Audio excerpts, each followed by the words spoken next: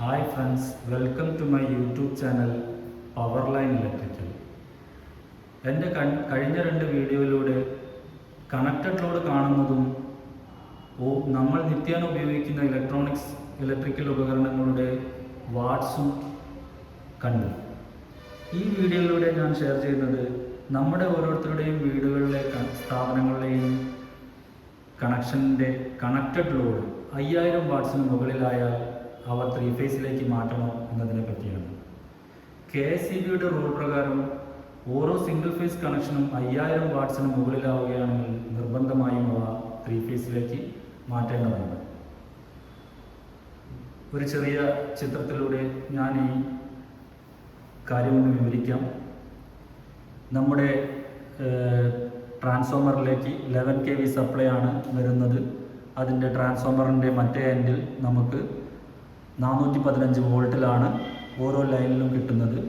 RYB എന്ന 3 ഫേസാണ്. കാര്യം മനസ്സിലാവാൻ വേണ്ടിയിട്ട് ഒരു ചെറിയ ചിത്രം ഞാനിവിടെ കൊടുത്തതാണ്. ഈ ഓരോ ഫേസിലും അല്ലെങ്കിൽ R ഫേസിൽ 5000 വാട്ട്സ് ആണ്, അല്ലെങ്കിൽ 5 kW. Y ഫേസിൽ 5000 വാട്ട്സ് അല്ലെങ്കിൽ 5 kW. B ഫേസിൽ 5000 വാട്ട്സ് അല്ലെങ്കിൽ 5 kW.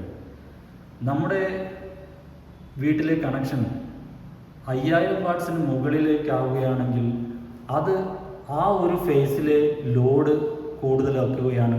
ട്രാൻസ്ഫോമറിലെ ഒരു ഫേസിലെ ലോഡ് കൂടുതലാക്കുകയാണ്. ഈ ട്രാൻസ്ഫോമറിലെല്ലാം ഡിസൈൻ ചെയ്തിരിക്കുന്നത് ഓരോ ഫേസും ഈക്വലായിട്ടാണ്. അങ്ങനെ ഈക്വലായിട്ട് എല്ലാ ഫേസിലും കണക്റ്റഡ് ലോഡ് വരുന്ന പക്ഷം മാത്രമേ ട്രാൻസ്ഫോമറുകൾക്ക് അതിൻ്റെ ഫുൾ എഫിഷ്യൻസി നമുക്ക് തരാൻ പറ്റുള്ളൂ.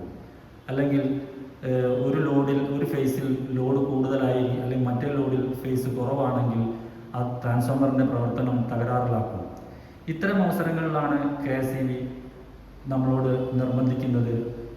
ഓരോ സിംഗിൾ ഫേസ് കണക്ഷൻ ആണെങ്കിൽ അത് 5000 വാട്ട്സിൻ്റെ മുകളിലാണെങ്കിൽ നിർബന്ധമായും അത് KSEBയിൽ അറിയിക്കാനും അത് 3 ഫേസിലേക്ക് മാറ്റുകയും വേണമെന്ന്. സിംഗിൾ ഫേസ് കണക്ഷനിൽ മിനിമം 1 AC അല്ലെങ്കിൽ മാക്സിമം പോയാൽ 2 AC മാത്രമേ ഒരു സിംഗിൾ ഫേസ് കണക്ഷന് കൊടുക്കാൻ പറ്റുള്ളൂ. അല്ലാത്ത പക്ഷം ബാക്കിയുള്ള ലോഡുകളും കൂടി വരുമ്പോൾ 5000 വാട്ട്സിൻ്റെ മുകളിലേക്ക് അവ പോകും.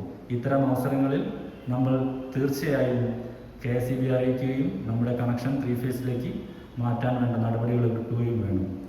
എൻ്റെ ഈ വീഡിയോ നിങ്ങൾക്ക് ഇഷ്ടമായെങ്കിൽ ലൈക്ക് ചെയ്യൂ, ഷെയർ ചെയ്യൂ, സബ്സ്ക്രൈബ് ചെയ്യൂ. വീണ്ടും അടുത്തൊരു വീഡിയോയിലൂടെ കാണാം.